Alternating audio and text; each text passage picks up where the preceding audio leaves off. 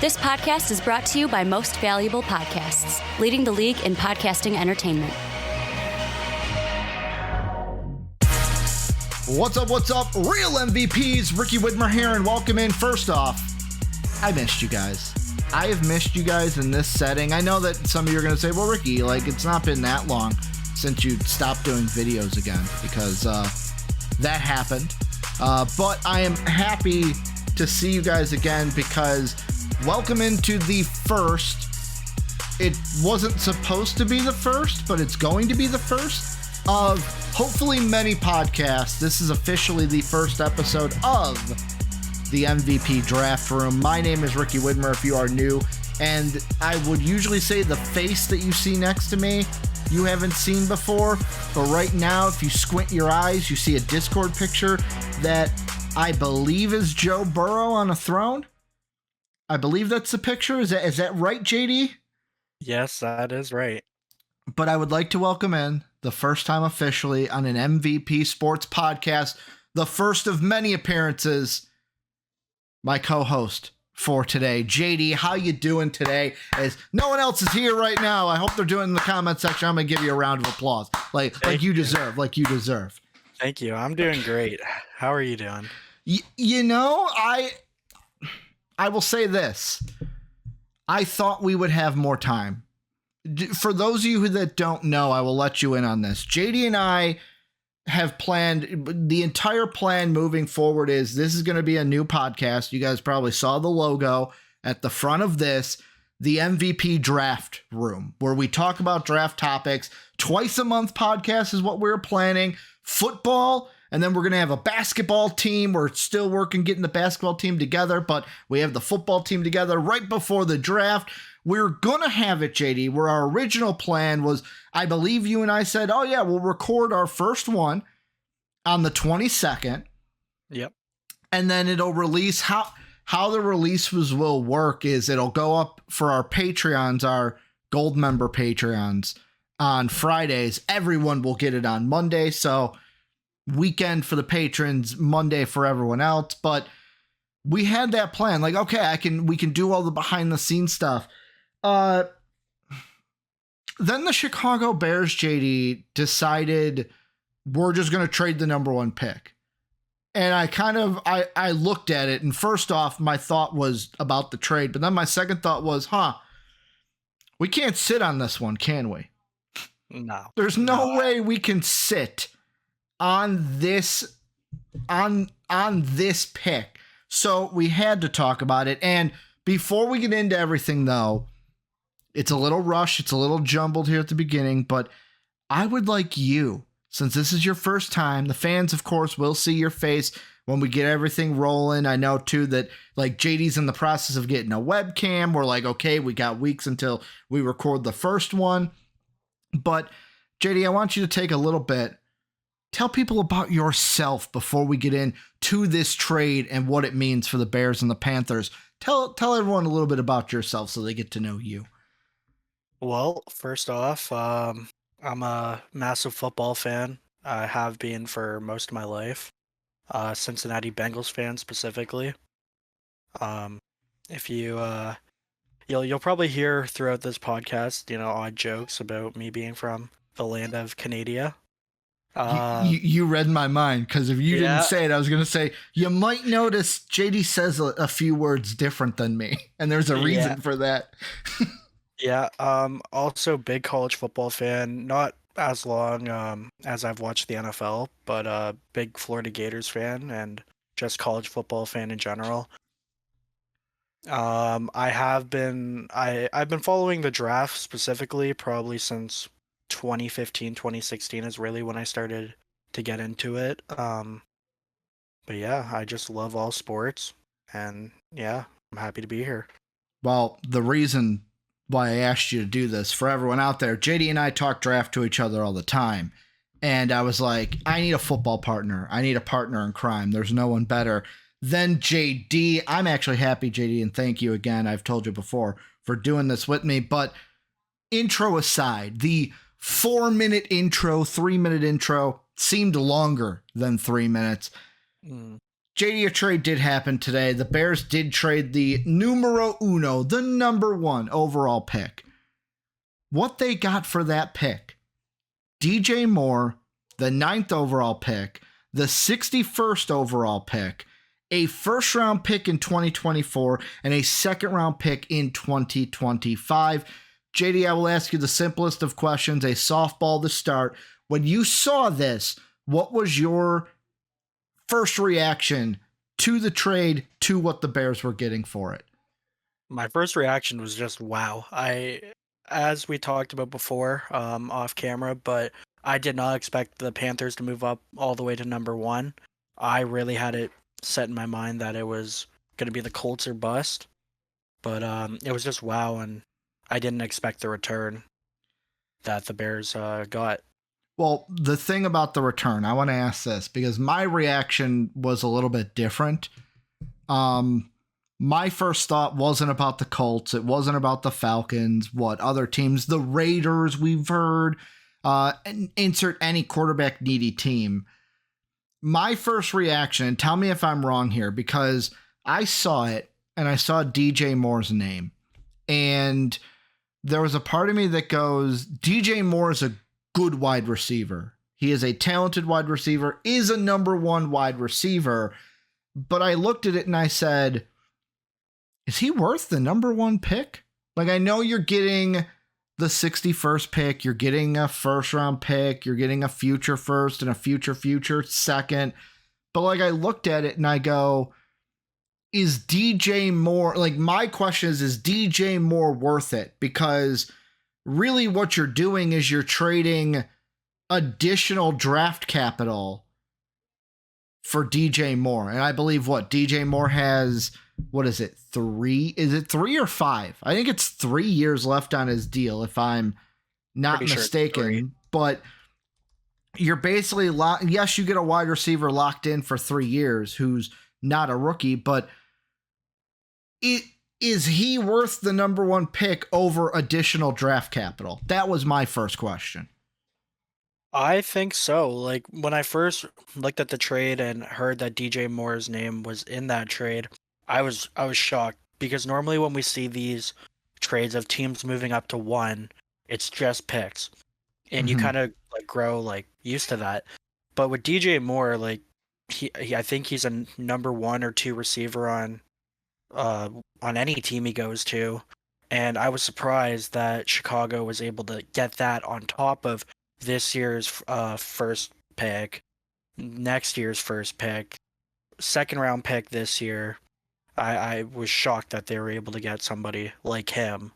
And tell me this, because you're the one that told me this. Was it the Panthers wanted to trade the 2025 first instead of DJ Moore?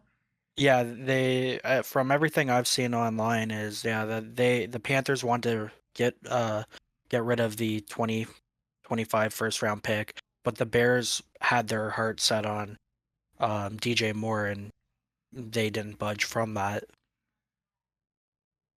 Yeah, I'm looking right now because so the last time, first off, I'll quiz you. Do you know the last time the number 1 overall pick was traded for? Wasn't the Niners? No, that was 2-3. Yeah, wasn't it the Eagles? It was, the Eagles were involved in a trade that year, but the Eagles traded for 2. Someone else traded for 1 that year to get a quarterback that's now with the Lions. Oh, the Rams. Yeah, it was the Jared Goff.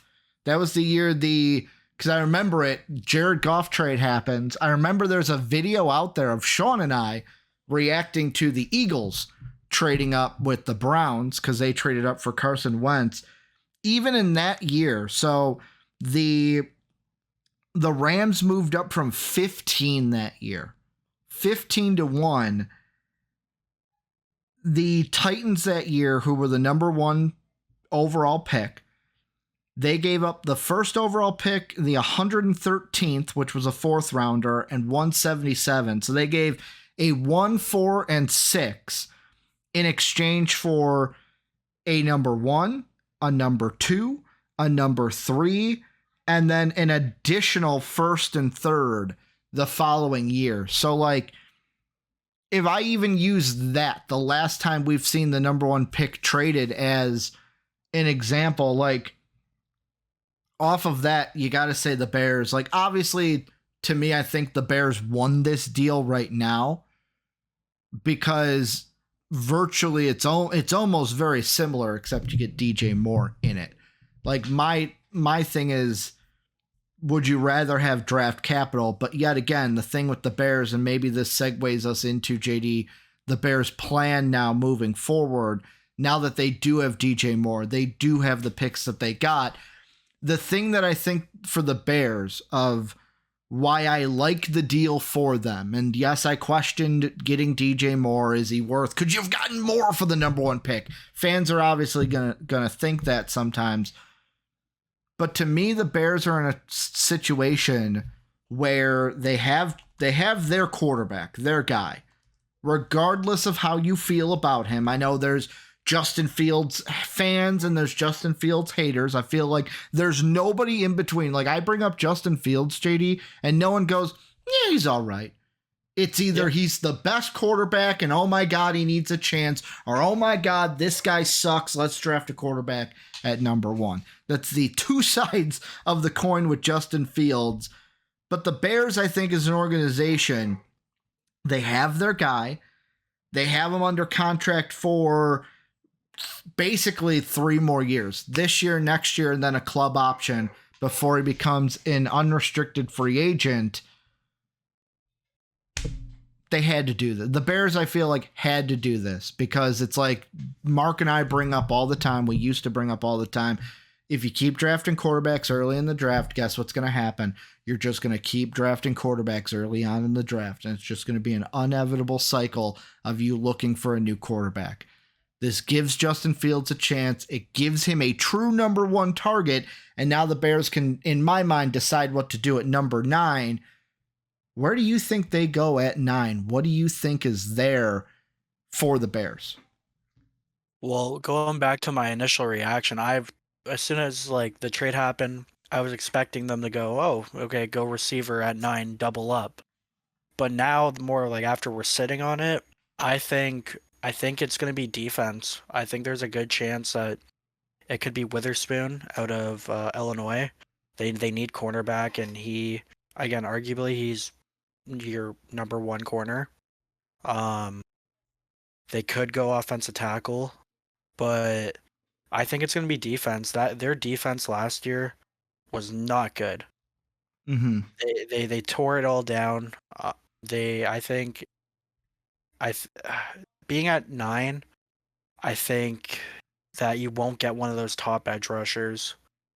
So do you really want to reach on somebody? I don't think so, but I do think the corners won't go within the top 5. Mm-hmm. So you'll have your pick of the litter, I think.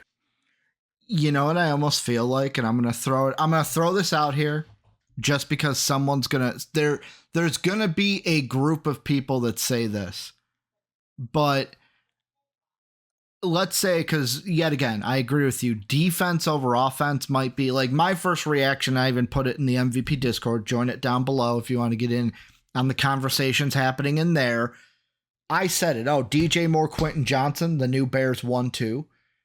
Because I was like, oh, you can get the veteran wide receiver 1.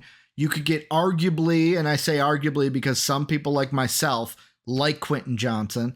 There are other people that are not sold on him. I like him as a deep ball threat possibility in the NFL.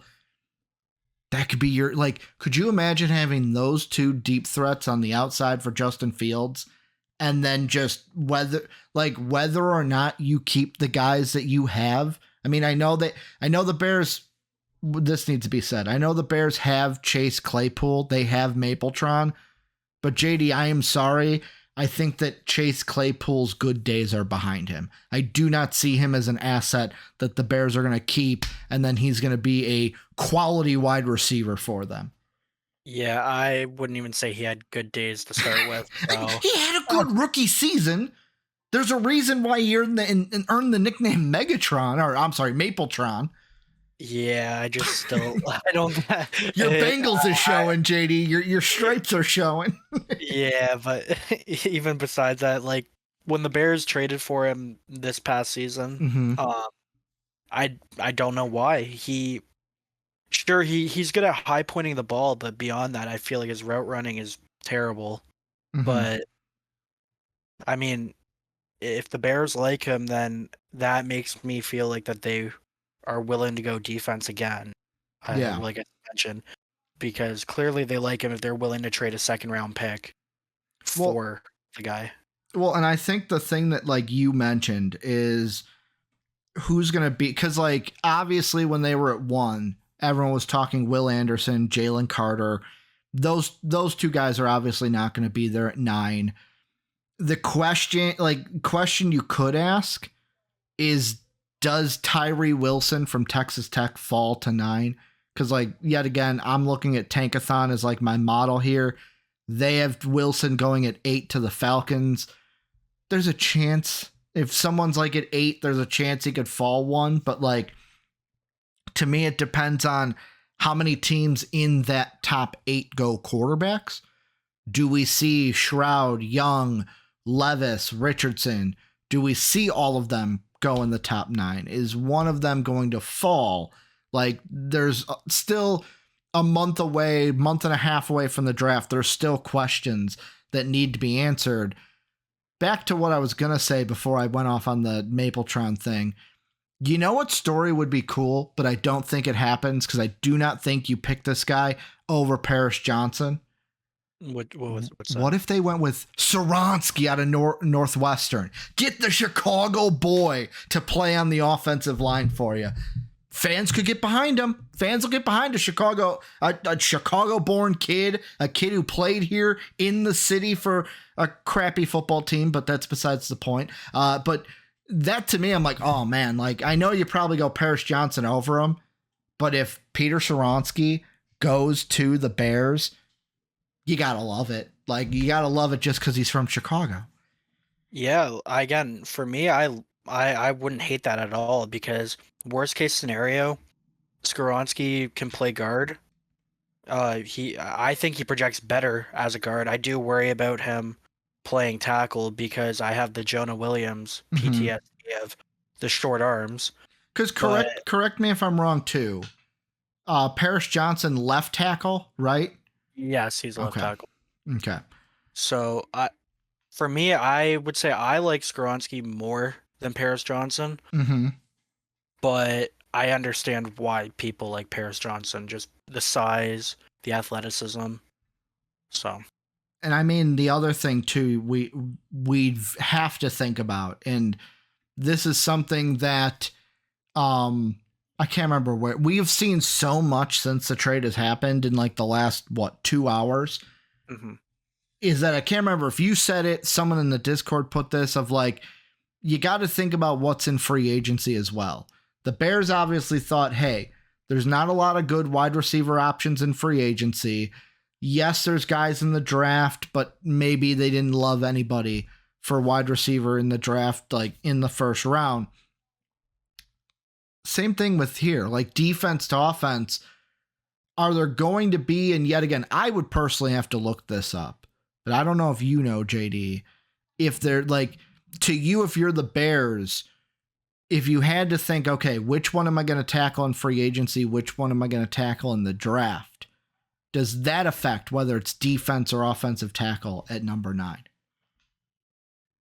I think it does because, in my opinion, I'm not high on this offensive line class at all. For the draft, you're talking about? For the draft. Okay. I think they're better options in free agency, but the issue with that is you're going to be paying more, like obviously way more money, right? Because tackle's a premium position. You can get somebody like Orlando Brown Jr.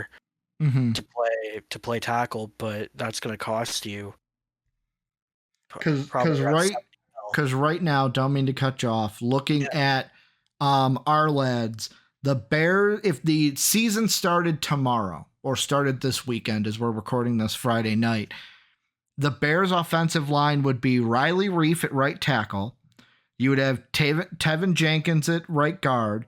You would have Lucas Patrick at center, Cody Whitehair at left guard, Broxton Jones at left tackle.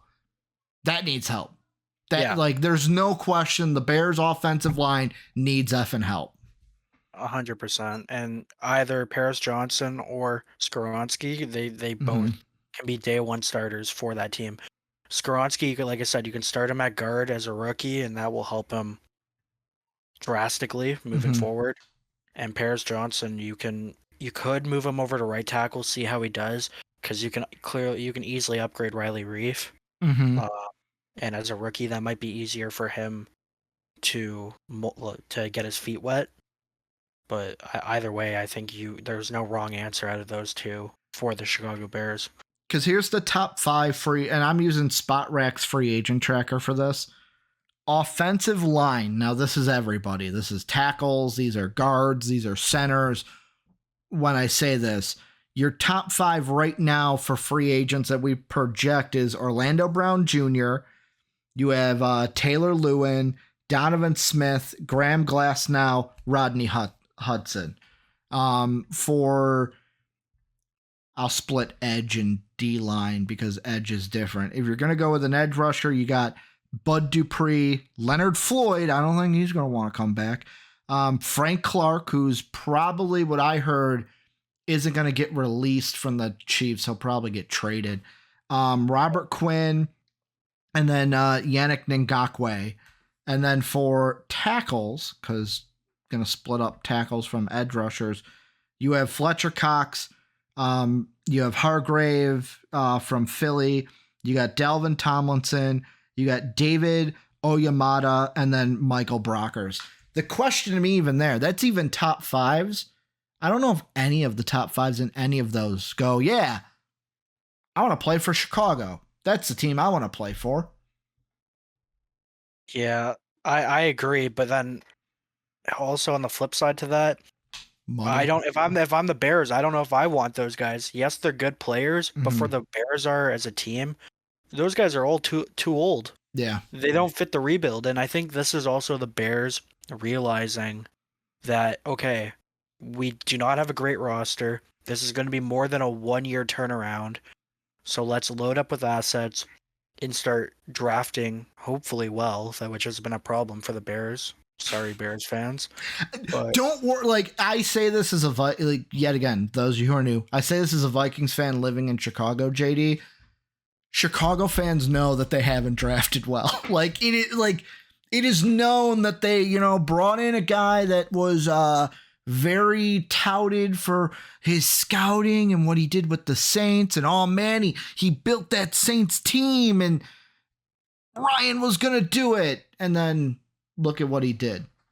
Kevin White was his first draft pick. Just saying. Yeah, not very good. Not very good.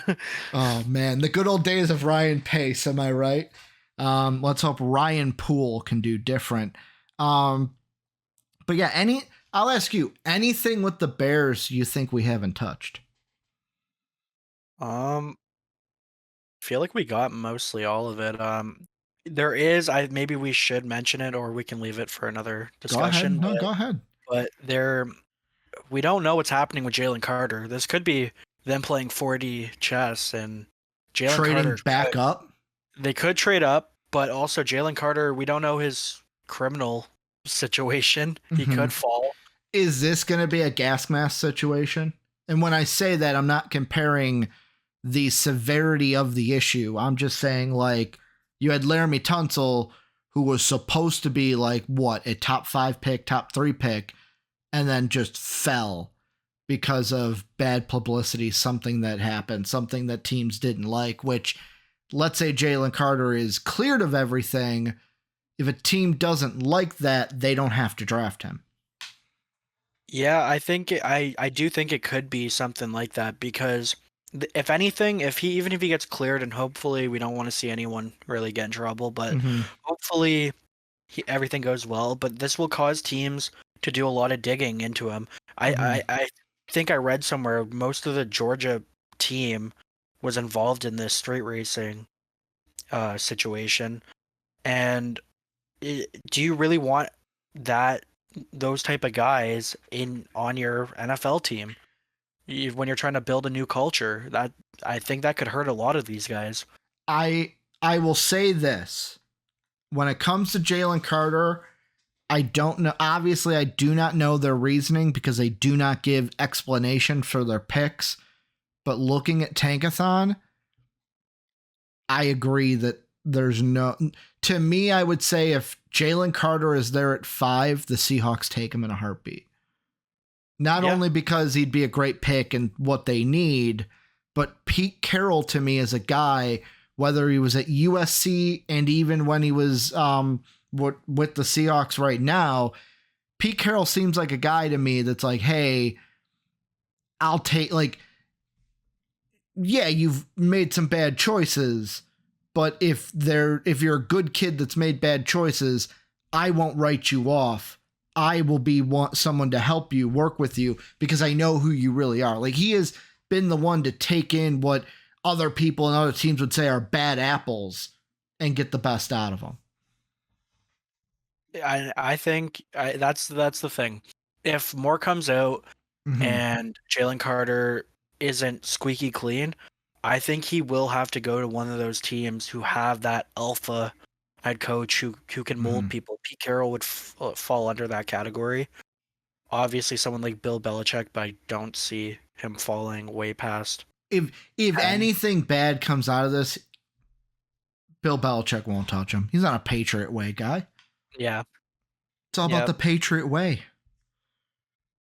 I'm just even trying to look at who's that like alpha coach that you bring up. Like Mike Tomlin? Your guy in Detroit. See, I almost said the Lions at 6, but here's the question I have. Dan Campbell's that dude, but would Dan Campbell, like, would it be a situation of like, hey, we're building something good here, man. Like, I love him. He's a great guy, but we're building something here special, and I can't mess that up. Like, well, that's a bad Dan Campbell impersonation, by the way. I can't get the voice down. I think you're 100% right, and I know I mentioned them earlier, but I'm going to mention my Bengals. Once Zach Taylor, once he took over for Marvin Lewis, he had that mindset. If you had a bad track record, he didn't want to touch you. He wanted to build enough good cultured guys and have that lead the team. And then now he's taken dabbles on different players who might have not been squeaky clean, but he had that mindset already in the locker room. So I think Dan Campbell is exactly like that. He's still trying to build that Detroit attitude, and I do agree. I don't think he would take Jalen Carter at 6 if he isn't squeaky clean. And also, I'm looking too. It's like, obviously he's not going to fall this far, but I think the only other coaches, there's 3 other teams that I'm like, have the coach that you just talked about. The Broncos in Sean Payton, the Chiefs in Andy Reid, the Steelers in Mike Tomlin. Yeah. Like that, like, hey, right. we can work with you to bring the best out of you. But yet again, those teams, Broncos don't have a first round pick, I believe. The Chiefs are all the way at 32. There's no way Jalen Carter falls that far. And then the Steelers are at 17. I don't even think he falls that far. Unless he starts falling and the Steelers trade up, because they've been known to trade up in the past. Good point. Let's flip this, though. Let's go to the team that is now in the driver's seat, JD, the Carolina Panthers, which, by the way, I do have to put this out here, taking this from like the Pat McAfee show, but we got to say T's and P's to Sam Darnold that his career in Carolina is most likely over because they're going to draft the guy who's going to be then the future for the Carolina Panthers. JD, I will ask you this to start about them. Do they know who they're going to take? Or is this a situation of, you know what? We still have work to do. We have 4 guys to look at, but you know what? Let's just get the pick now because at least we have it. Now we can just do our due diligence, take the guy we want at number 1. I think there's a few guys that they're considering. I think they're considering those the top three quarterbacks, but like Top the four quarterbacks. consensus. No, I think it's the top three consensus. I think it's between Bryce Young, C.J. Stroud, and Will Levis. Okay. Yeah, no, Okay. I thought you were going to diss my boy Will. Instead, no, you dissed your boy Anthony. yeah. I'm a big AR guy. You're a Anthony big Richardson. Florida guy, too. Yeah, but everything everything I've been reading is that the Panthers like Will Levis, and Well, why they do shouldn't they? Why shouldn't they, JD? He's the best quarterback in the draft. That's for a video another time. He's the best quarterback in the draft. I don't know what to tell you guys. Yeah. They, like I was reading earlier today, they do really like Anthony Richardson, but his question marks, they're not something they want to gamble on. Mm-hmm. So I think they're gonna take their time, decide between CJ Stroud and Bryce Young and Will Levis. But they did trade for this pick now, so they can just sit on it. They don't have to worry about another team swooping in and potentially ruining whatever they want to do. And this just buys them time, lets them calm down a little bit. I mean, I will say that you're exactly correct. I do believe that the Panthers do not know who they're going to draft right now. They don't, like, I know that, like I was telling you, I'm going to open up one of my my betting apps, and like I opened up DraftKings, and the odds it's been 2 hours, JD, since we've been prepping for this and then started recording. Maybe let's say 2.5 hours since I checked it before we started recording. On DraftKings at 6:30 Central Time on Friday, to date this, the odds for the number one overall pick, CJ Stroud, was at minus 320. Now he's at minus 425. Bryce Young is at 350. AR is at 450. Will Levis, in an hour, let's say, has jumped from 3,000 to 5,000, JD. He has jumped to, you would get $300 on a $10 bet, to now you would get $500 on a $10 bet. Which, if it starts going up, I might have to place a bet of $10 on Will Levis, because he's the best quarterback and should be. I just don't understand how it's going up, because, again, from everywhere online, they've been saying that the Panthers really like Levis. If the Panthers weren't the team trading up, I would have AR over Levis to go number one. The only thing I can think of is, because there's no news besides the trade, the only thing I can think of is it's got to be just natural line movement. Like, I don't know why minus 320, you're not getting anything back for that. Like, minus 425, if I bet, so that means for every dollar, I'm getting 23 cents. So, like, for those who are like, Ricky, I'm not a degenerate gambler, what does that mean? That means if I put $1 on CJ Stroud right now, that means if I lose my dollar. If I win, I only gain 23 cents. That's nothing. That is literally way too much risk for no reward, to where the only thing I could think of is so many people are starting to make bets on the other guys that, you know, how bookies do it, of like, hey, let's boost the odds for this other one, so that people are like, oh man, now it's plus 5,000. Oh, I've got to throw one on there. Like, that's the only thing I can think of is natural line movement, because like you said, we haven't heard anything.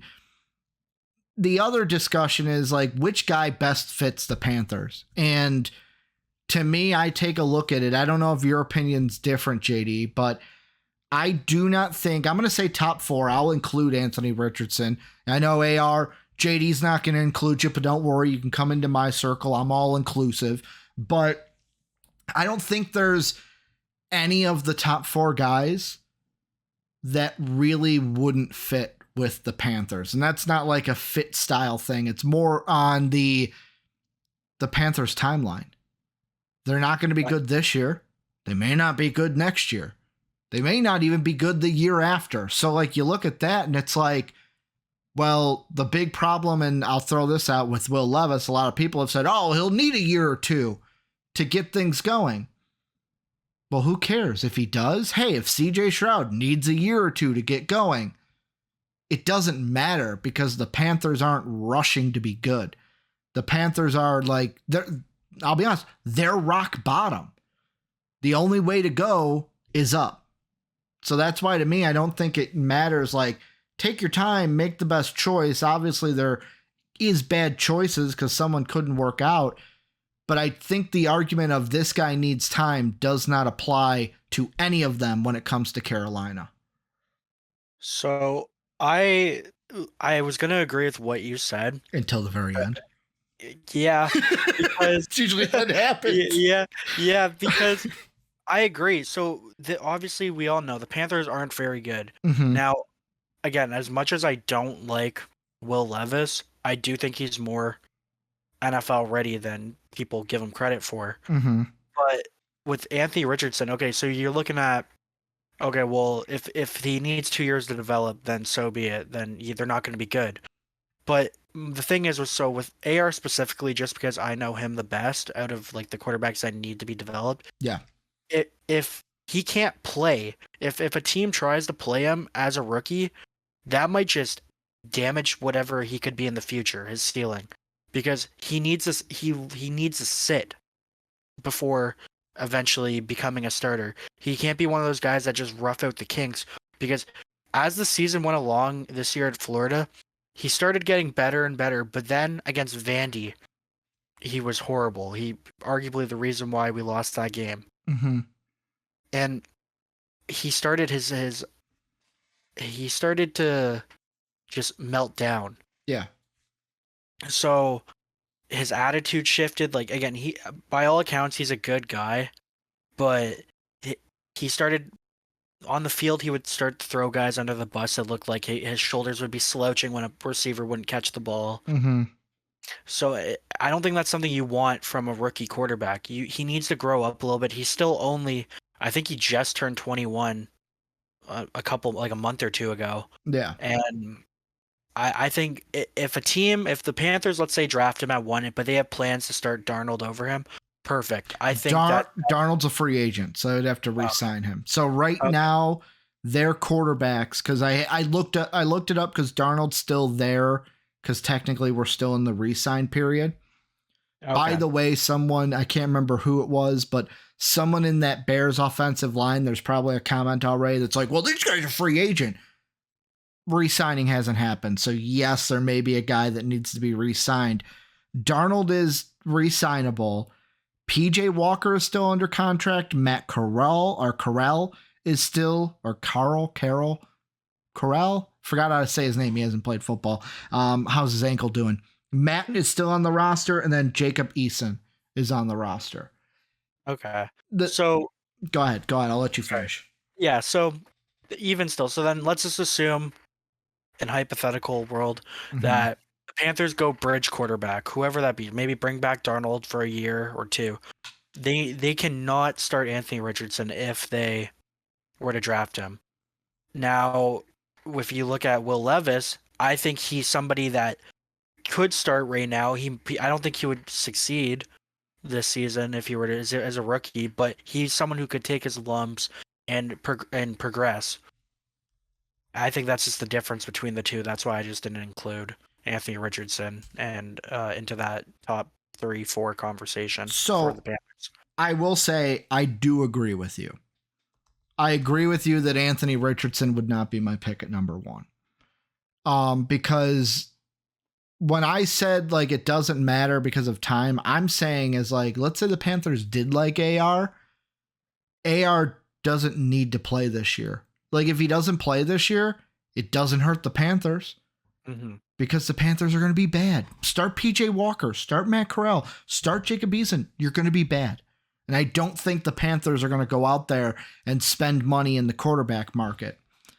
The thing, though, that I look at, and I feel like this will lean into why AR wouldn't be the pick, why it's either like Shroud Levis or Bryce Young, is JD, I will quiz you. Do you remember, because maybe not a lot of people remember, who the head coach of the Panthers is now? Do you remember who they signed? Formerly of the Colts. Oh, it's Reich. They got Frank Reich. So automatically this makes sense that they would trade up. Oh, Frank Reich, offensive guy. Let's get him his guy at quarterback. Now, I'm going to do this live because I haven't done this yet, but this is what I usually like to do with stuff like this. Let's take a look if there's what consistencies do we see? So Frank Reich was with the Colts from 2018 to 2022. While there, the starting quarterbacks for the Colts, Andrew Luck played the first year, but then retired. Then you had the break year of Jacoby Brissett and Brian Hoyer. Then after that was the Phillip Rivers into Carson Wentz into Matt Ryan. Mm-hmm. There's a trend there that I'm going to push off to the side for a second. Then you look at the Eagles when he was an offensive coordinator. What quarterback did he get to work with in 2016 and 2017? Carson Wentz and Nick Foles. And then he was with the Chargers before that in 2014 and 2015. When he was with the Chargers, their quarterbacks were, at that time, they did it reversed, I believe that was Phillip Rivers at the time. Was that Phillip Rivers? This website I thought was going to tell me, and it stopped at 2012. Wait, what year? 2014, 2015. That was still Phillip Rivers, am I correct? Yeah. Yeah, that was still Rivers. So, okay. There's a trend here. I'm going to go ahead and say it in a second, even though I know it's going to turn some people off. I'm saying it jokingly. Where you're going. The first thing I'm going to say is, and this is the honest opinion. This is the real opinion before I give the little joke opinion. The real opinion is, you look at the quarterbacks that he had in Indy. He got Phillip Rivers. Why did he get Phillip Rivers? Oh, I worked with him in San Diego. Oh, I got Carson Wentz. I worked with him in Philly. But, and this is now the joke opinion, JD. I probably shouldn't even say this. I'm going to say it jokingly, but I'm going to press this precedent that it's a joke. It's kind of hard. Like, if they take Will Levis, it's going to be really hard to not look at, he's just worked with white quarterbacks and then they drafted a white quarterback. Like, there's a trend there. There's a trend there. Do I believe that's the trend they're going to go with? No, that's why I said obviously it's a joke, but I was just looking at that going, trend? I'm just like, what's the other trend? Strong arms? No, so because that would have worked for Will Levis. Last two, so Phillip Rivers was old once he got to the Colts. Now, Will Levis, he's not one of the older. Well, yeah, he's one of the older quarterbacks in this year's draft. So age doesn't matter to him. I think he likes the older guys.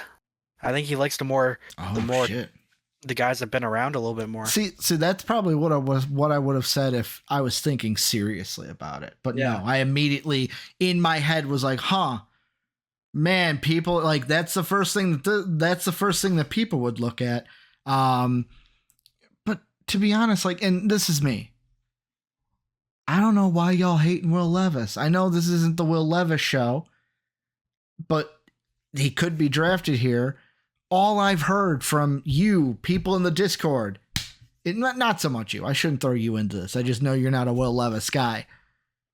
The thing I hate most, JD, is when I hear people say, oh, Will Levis, like they use the comparison to Josh Allen as a bad thing. They use it as a bad thing. It's like, would any of you who don't have like Patrick Mahomes, like the Bears, for example, like your team's different, JD, you got Joe Burrow, you're all set. But like even me with a Vikings fan, teams that don't have that quarterback, you're telling me if a team said, hey, you could have Josh Allen, you'd say, nah, I'm good. Nah, I'm okay. I'm good. Get out of here. Like Will Levis to me has some hurdles to jump over. Yes, he's got it's the old age. Oh, it's this. Oh, it's that. His decision-making does need work, though. I will say that. Yeah, that's my biggest There was a gripe. lot of times watching his tape, but here's the thing I think about.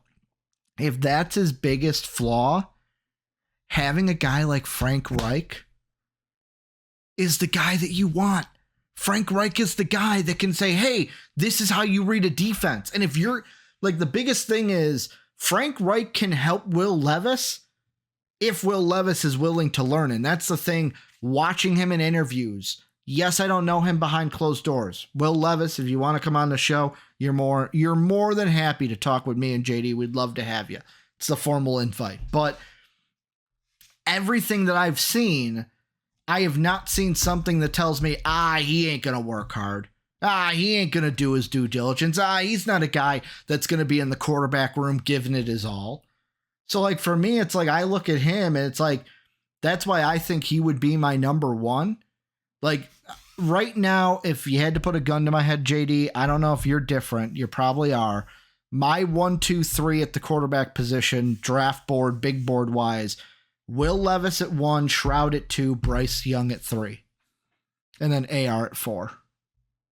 Yeah, I'm different. I mean, so my number 1 quarterback is probably CJ Stroud.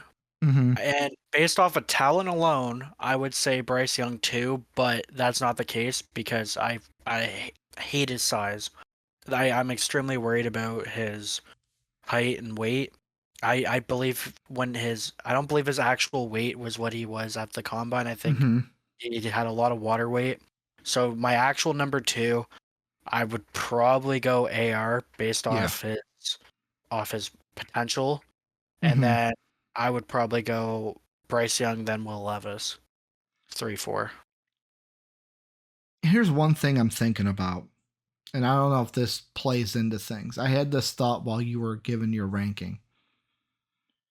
None of the, like, besides maybe CJ Shroud, this is probably the first class where we don't have a bunch of winners. Yeah. And what I mean by that is obviously Bryce Young the year before Alabama was Bama had an off year this year in Bama terms, but you had Kentucky who went 7-6 overall. You had Alabama, they finished 11-2, but when it came to their conference, there were games where it was there were good games and obviously bad games, but it was an off year for Alabama standards. Maybe I'm just being too hard on Alabama. And then you look at Florida. Florida's a team, I even forgot they were in the SEC. I was moving up. Florida had an even worse year than Kentucky, where they were 6-7. Really, the only team that had that notoriety this year was Ohio State. Ohio State was the one that was number 4. And they were the one that were, and yet again, winning is attached to the quarterback position, whether you like it or not.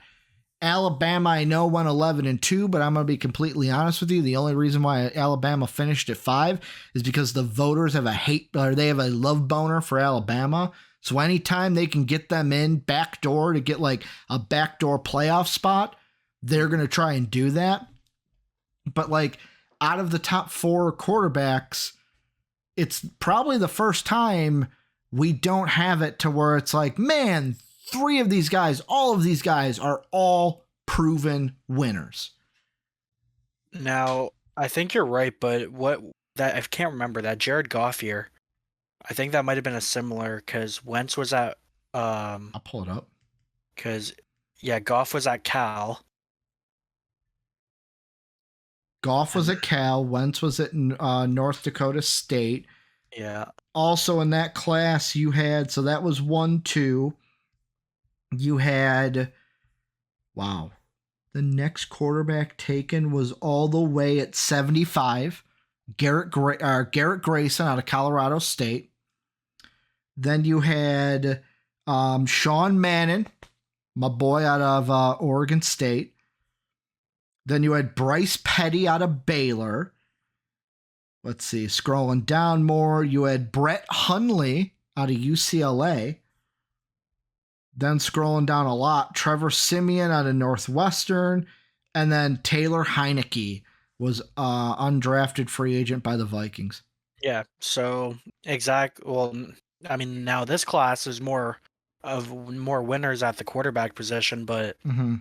I think you're right. That was because within that gap, there was at least somebody who made the college football playoff or won a national championship. Mm-hmm. So I think that might play into the worry of some of these NFL teams looking at these prospects because, like you said, if you like it or you don't, winning is attached to the quarterback position, and none of these guys have won the ultimate prize. CJ Stroud, that might be one of his biggest knocks for Ohio State is Mm-hmm.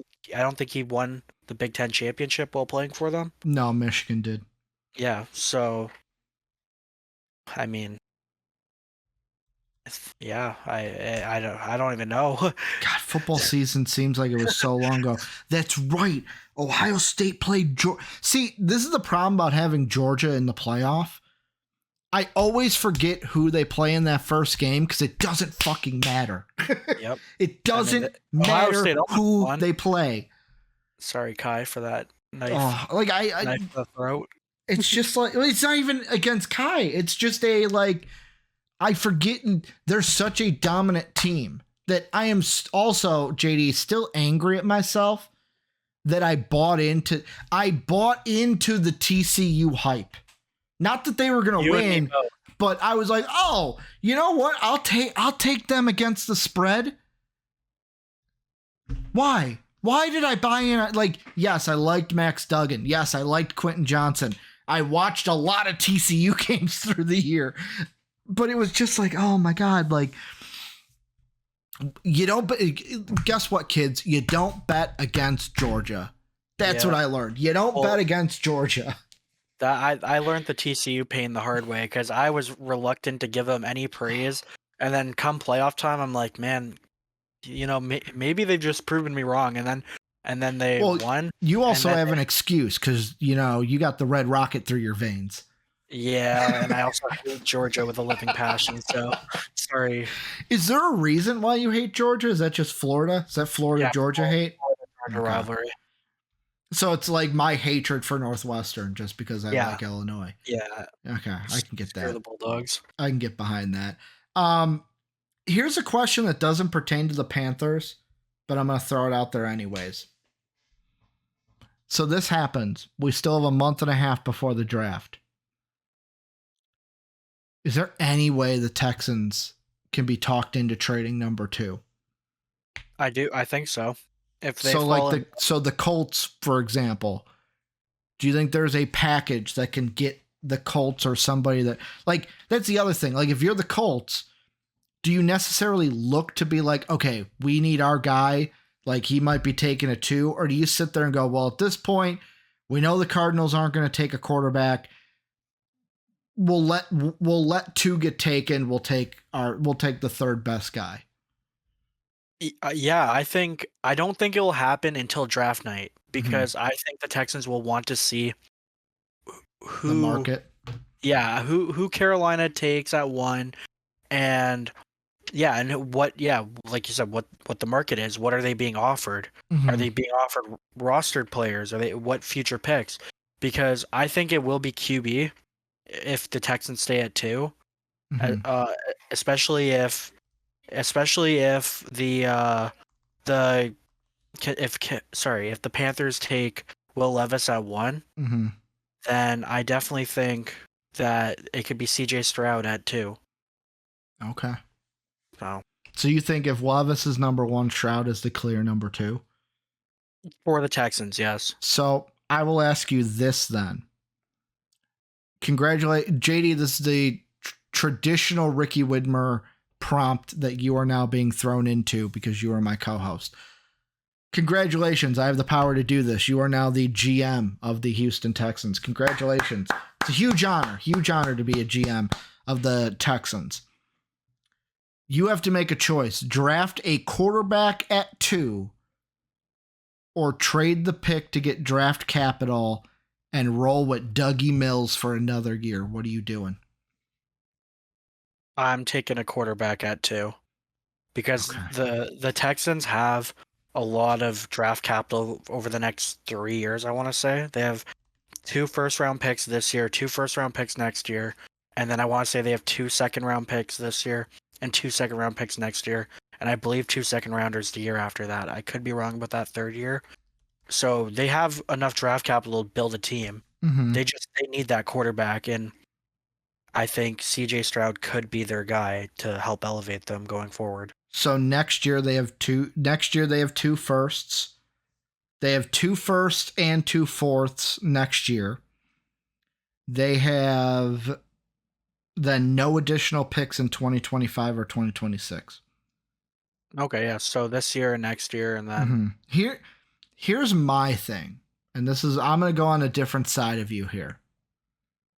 I think that if I was the GM, let's say, congratulations, JD, you've been fired. Ricky's now the GM of the Texans, because that's how it works in this world. yeah.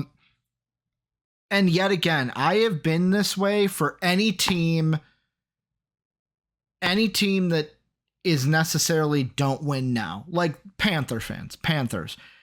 If the Panthers love a guy at number 1 and he ends up working out, obviously it's a win. It's a big risk to trade for the number 1 pick. But there's a part of me for teams that know they're going to be bad. The Colts do not fit into this situation because the Colts have a roster. The Colts have a roster that could win. Maybe not win a Super Bowl, but if they got hot, maybe they could. Just throwing it out there that they could compete and win. I look to next year, and you can never say for sure who's coming out and who's not, JD. But like I look at next year, Caleb Williams, USC. Quinn Ewers, nah. Jaden Daniels, LSU, pretty good. KJ Jefferson, Arkansas. Spencer Rattler needs to prove something. And then after that, you have like the Tyler Van Dykes, the Bo Nix, the Michael Penix Jr., the Phoenix will rise. I believe he will jump draft boards next year. But like, my point being... Wait, sorry, you cut out a little bit. Did you say I said Drake Michael... May? Who? Drake May? I did not say Drake May. You can add he's- Drake May in there too. Yeah. I'm looking right now at Walter Football, their rankings, and I look at the class next year and I go, it's like Caleb Williams, Jaden McDaniels, KJ Jefferson, I need to see one more year of. I liked him this year, though. Spencer Rattler needs to prove something, or else he is. I also really love Michael. I call him Michael Phoenix. I know his name is Michael Penix. I just like calling him Michael Phoenix because the Phoenix rises, and he's got an arm and can air it out. I think I like the class next year better than this year. I agree completely. I like the class next year better than this year. Like, even like dudes like that I haven't mentioned that can like obviously ball out, like Bo Nix, I think could prove himself, could be a quality pick for someone. You also have guys like looking down here, what is it? Phil Jurkovec, who was with Boston College, is now going to be with Pitt. You have Keldon Slovis, who was with Pitt, is now going to be with BYU. DJ Ugalale, wasn't he with Clemson? Yeah. He's now going to be with Oregon State. When did that happen? Yeah, I missed that. Was back in December. Oh, January? I missed that. He's going to be with. Maybe he doesn't get drafted then, because Oregon State's not a good football team. But like I look at next year's class and I go, I like it so much better than this class. It's a lot deeper. I don't know. I like it. I just think the issue is with the top 3 or 4 guys is there's so many. Talking about this year or next year? This year. This year. Mm-hmm. Like, out of the top 4, like, again, Bryce Young has all the talent in the world. Will he stay healthy? Mm-hmm. CJ Stroud has all the potential in the world, but in big games, he fumbled the bag besides that semifinal. Yeah. Anthony Richardson has all the potential in the world, Mm-hmm. but he didn't really show it as a starter last year. Will Levis has all the potential in the world, but has some big blemishes. Mm-hmm. So it's like, but I feel like again, it's still early because next year hasn't happened yet. But looking ahead, I think there's more sure things in next year's quarterback class.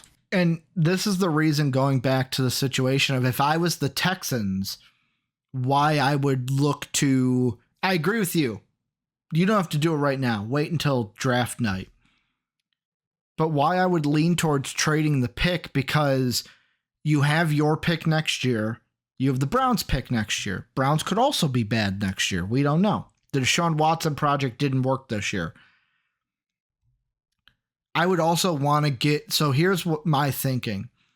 I would want to get one more first round pick for next year. And the reason why is, yes, I know my football team will be bad, but I will get additional draft capital to where either one of two things will happen. Either one, my team will be bad enough to where I am the number one pick next year and I get Caleb Williams, because right now, March 10th, 2023, I believe Caleb Williams will be the number one pick. A lot can change.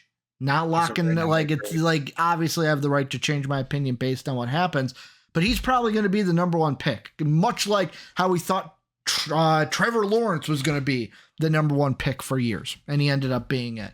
Mm-hmm. I would want that.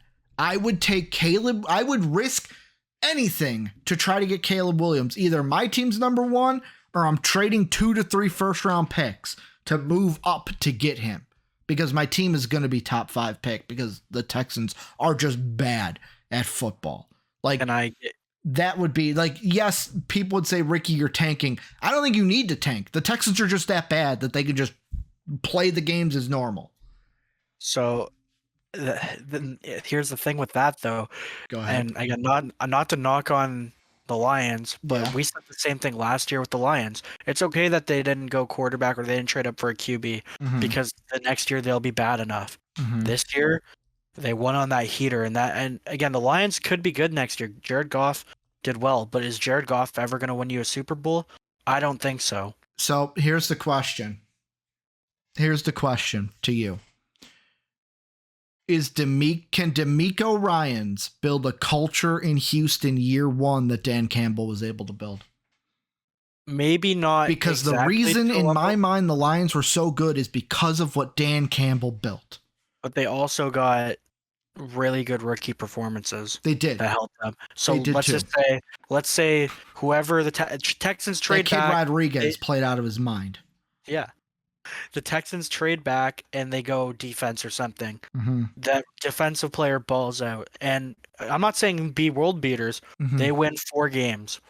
Well, I don't think 4 games will be bad enough for them to be missing out on getting the 1 or 2 pick. But that's what I'm saying. By trading back, getting at the very least, just getting that additional pick for next year, to where even if I'm not the number 1 overall pick, I have then 3 first round picks plus 2 of my futures to get a deal done to move up. And even if, let's say, I'm going to use your example, 4 wins. Let's say 4 wins get you like the 4th overall, 3rd overall. Because this year, 3rd overall was 4-13. Moving up from 3 to 1 is not going to be like, even if you're 3, 4, 5, like for a first, like 2 firsts, and then set, like, I would make that gamble, because me personally, I don't know about you, I like Caleb Williams better than probably the only quarterback in this draft class that I would have an argument with about Caleb Williams, but I would still take Caleb Williams, is Will Levis. I like him better than every quarterback in this class. And I agree with you 100%. I think Caleb Williams is a lot better than whoever you have as your number 1 quarterback. And that's exactly why I'm worried, because again, even if you're let's say you get the 4th or 3rd overall pick and then whatever the 2 other first rounders, if Caleb Williams is as good as we think he's going to be, why would whoever's picking number 1, unless they don't need a quarterback, why would they give up Caleb Williams for whatever you give them? They're first 3-round picks. I mean, that's all. Like, the thing to me is the Texans, in my mind, I think you have to goat the Colts into making a trade with you. You have to, what the Texans need to do is they need to do exactly what John Lynch did to the Bears in, what was that, 2017 was the Mitch Trubisky draft? Yes. 2017. They need to do exactly what John Lynch did to the Bears. They need to make the Colts believe that their guy is going to be taken. And the thing that can be better in this case is not only like the Mitch Trubisky year, there was no way the Niners were taking a quarterback. This year, you could blatantly, like, you don't even need other teams. You could just say, hey, I will take him if you do not trade. I am willing to give you, like, I know a lot of people are going to say, Ricky, your draft day in this, but it was a good movie. Not how the draft works, but it was a good movie. But I would do that. I would say, like, hey, how bad do you want your guy? I'm going to take him unless you trade up for him. I'm giving you what you want. Help me help you. Jerry Maguire, help me help you. To where, like, I would try to do that if I'm the Texans. But I think the Colts are the only one it works with, because then you move down to the Colts. Colts take a quarterback at 2. If I'm the Texans, I'm doing this with my hands and wiping them clean, because I'm either getting Will Anderson or Jalen Carter. Because I know we talked about Jalen Carter, but for me personally, JD, I would take Jalen Carter. I would, again, assuming everything else is fine. As of right now, on the 10th. We know now. I would take Jalen Carter. JD, the thing that people are going to learn about this podcast is we have the right to change our opinion at any time we feel like it. Amen to that. But, like, even if the Jalen Carter isn't it, but, like, I can get a defensive guy at 4. I get my pick of the defensive litter, because Will Anderson will probably be the first one off the board. Yeah. I mean, unless you think the Cardinals don't go Will Anderson. I think he'll be a Cardinal. Yeah. They need edge help bad. Mm-hmm. So that's what I'm thinking. But, like, and the thing I think about is I feel bad for Panther fans right now, because it's like, hey, we talked about you for a second, and then we moved right into the Texans. But, like, that's the thing with this is the whole thing with the Panthers moving up, JD, it's not a conversation just about this team or that team. It's about all of these quarterbacks, because I do not think there is a consensus of, like, you ask 100 people, I don't even know if 75% of people give you the same top 4. Probably not. Everywhere I've seen, it's a different quarterback. Like, if we surveyed 100 people, I would be shocked if 75 of those people had the exact same 1, 2, 3, and 4. Yeah, I'd be shocked as well. I don't think this class is so up in the air. And, like, I think about it, you know what it kind of, you know what draft class that it kind of gives me shades of in a way, like a little bit. I got to make sure this is the right draft class. To me, it's a weaker version of this draft class too. I want to say the 2018 class. Is that the class? Yeah. It reminds me of the 2018 class, just worse. Because that class, you had Baker Mayfield, you had Sam Darnold, you had Josh Allen, Josh Rosen, and then the 5th one, the odd man out, was Lamar Jackson. You look at this year, Bryce Young, CJ Stroud, Will Levis, and AR are your 4. Who's that 5th guy that some people talk about, but some people don't? Hendon Hooker. All of them, I think, are, like, I would probably, yet again, 2018 to 2023, hard to compare.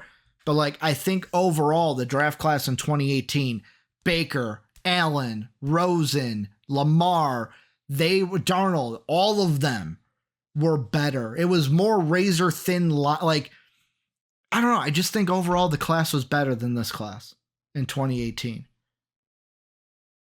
I think this class has more hype than that class did going in.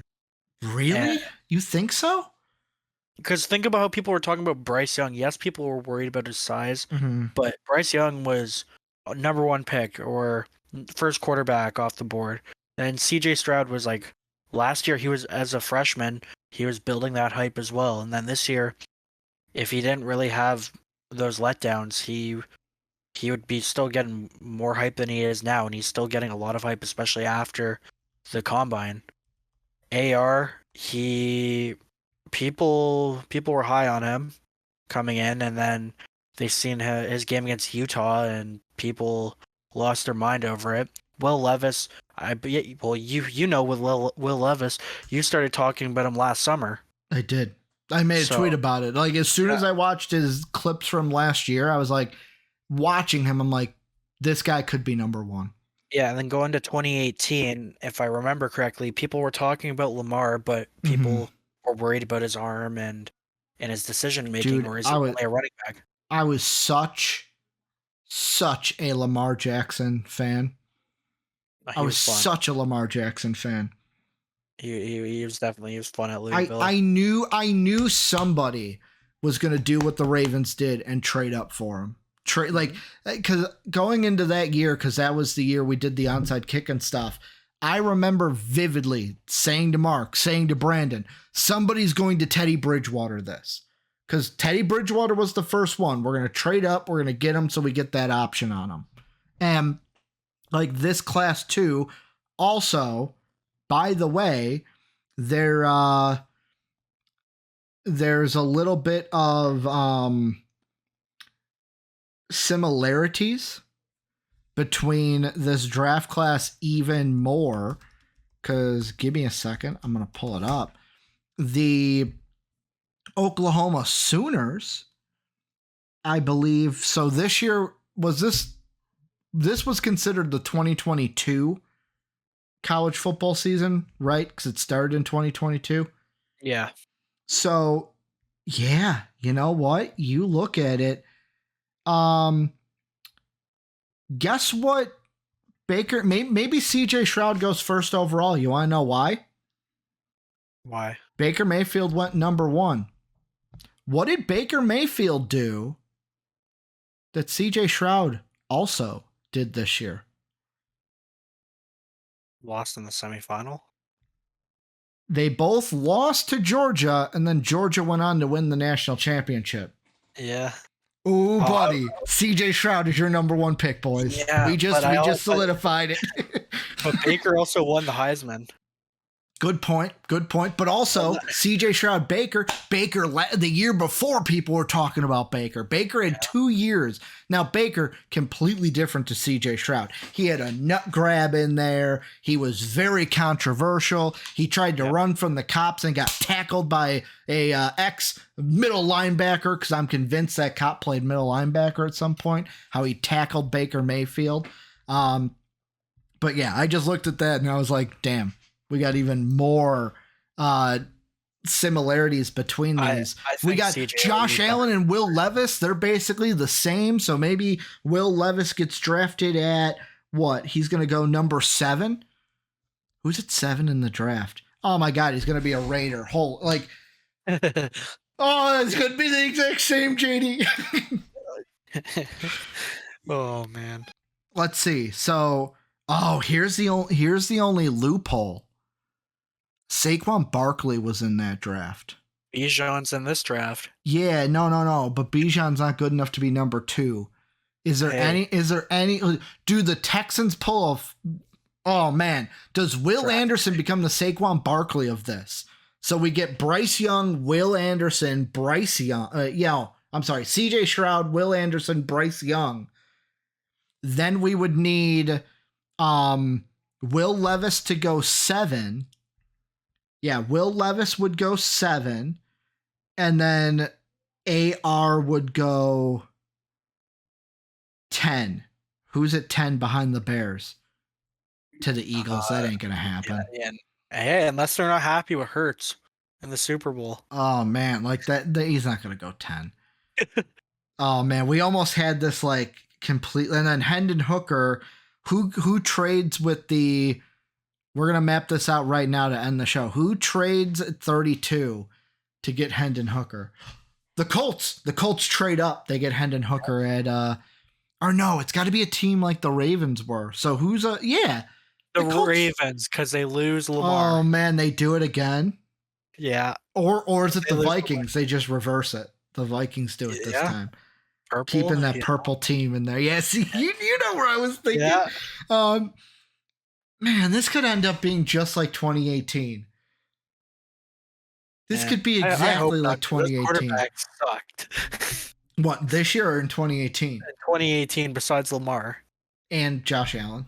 Oh, and Josh Allen. There you go. Allen. Dude, I was so high on Josh Rosen that year. Oh, same. I was so high. Like, Josh Rosen, okay. Here's what we'll end this first episode off with is we are now an hour, 15 maybe into this, maybe an hour 14. I don't know how much at the beginning of our clip that we're recording. Here's the thing, JD. This is a conversation that we do at some point, like a video, but you know how there's like molehills you will die on? Yeah. I will always die on the molehill that Josh Rosen did not get his fair shake to be a starting quarterback in the NFL. I agree. He did not get his fair shake because everywhere he went, he was discarded. The Cardinals discard him the next year to trade for Andy Isabella. The Dolphins did him wrong. Like, he kept just getting traded. Like, he would go somewhere and then get traded to where it's like Josh Rosen never got a chance. I agree.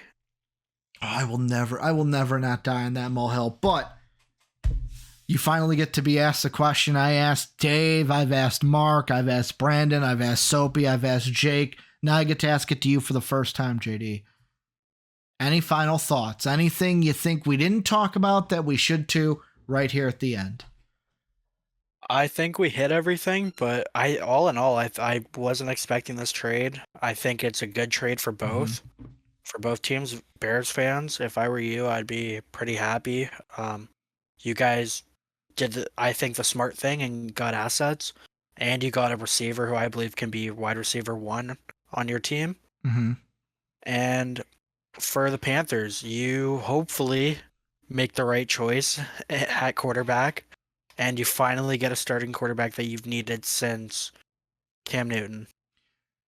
My final thoughts, same with yours. Like, I can't find it's hard to say right now who wins, who loses. Mm-hmm. Like, obviously if the Panthers make the wrong choice, they lose. But I guess the final thought that I will say is, because in the back of my mind, I've thought since we brought up the Panthers, it was like, wow, we spent a lot more time talking about the quarterbacks and then talking about the Bears than we did the actual Panthers. The thing I just want to tell any Panther fan that maybe got to this point, maybe was like, well, screw you guys, you didn't spend enough time on my team. When it comes to the Panthers in this, my thought is it's less about your actual team and more about the prospects themselves. Because there's a lot of there's no consensus number 1 in anybody's rankings. So for the Panthers, it's basically of due diligence, pick the guy that's right for you. I do agree with JD now thinking about it. AR is probably out, unless they fall in love with him. But really it's just doing your due diligence, making the right pick at number 1, because this Panthers team is much different than the Bears. The Bears have some pieces and need to get better. The Panthers are basically in full rebuild. It's like we got our quarterback guru coach. We now are going to get our quarterback. Hopefully it's just which one is the right choice. So here's what I will end. First off, thank you if you got all the way here to the end of the podcast. I know that our first one, we went a while. We're about an hour and a half. We're almost an hour and a half. We're about 10 minutes off of that, JD. Great first episode. Great first surprise episode. My question, though, to you guys. First off, Bears fans. Who do you guys want to draft at 9? First off, what do you think of the trade? Second off, who do you draft at 9? Panther fans, it's easy. What quarterback do you want? Which quarterback do you want to take? at number 1 overall. That is going to do it for this surprise episode of the Draft Room.